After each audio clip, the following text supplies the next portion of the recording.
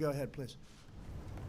Mr. President, up until now, it's thought that the most vulnerable people were those above the age of 60 or 70 or 80, and the children were pretty much, I don't want to say immune from this, but weren't affected by it. But all day long in the news today, we have been hearing and seeing this terrible syndrome that some 85 children have now. 3 of them have died.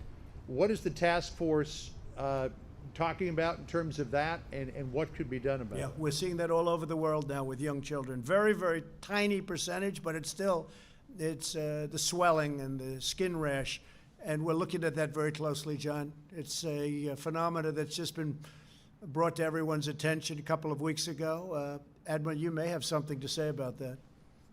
So thank you for pointing that out. And again, I've said many times I'm a pediatrician and a pediatric ICU doctor. This syndrome, which we call, or similar to Kawasaki syndrome, it has been seen in a novel coronavirus before, and it's associated with illnesses. So we have a very strong activation on this. We do know treatments for this, but the CDC is interacting actively with the Pediatric Intensive Care Unit network to create case definitions and to understand how this is going and if there are predispositions. The National Heart, Lung, and Blood Institute, I spoke to Dr. Gary Gibbons, who directs that, who is advancing many research projects based on that. The ASPR, the Assistant Secretary for Preparedness and Response, has a team out in several areas looking at if there are any special treatments. We know what the basic treatment is, but this is a little bit different than we normally see. So there really is an activation among all the branches within HHS, working with networks at children's hospitals and ICU nets. It is a small percentage, but it is quite frightening. And this reflects the fact that this virus affects the vasculature. We see clotting, we see strokes. And this is a vasculature phenomenon of inflammation we see in children. President, with this newly emerging syndrome now among young children, what do you say to parents who would like to get their children back to school but are now looking at this and potentially afraid to do that? Well, again, it's a tiny percentage, but you're right. So we're looking into it very strongly. And the Admiral, as he said, he's known about this for long before this happened. But it is a very, very small percentage.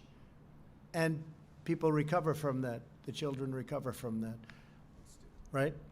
Yes, sir. Most do recover from this, but it is a serious and it can be a fatal condition.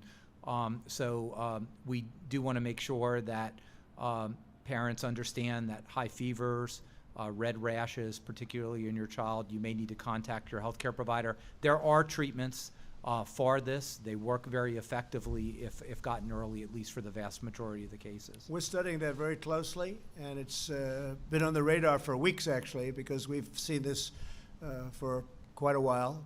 But it's been very rare, but we're looking at it very closely. It's very important to us.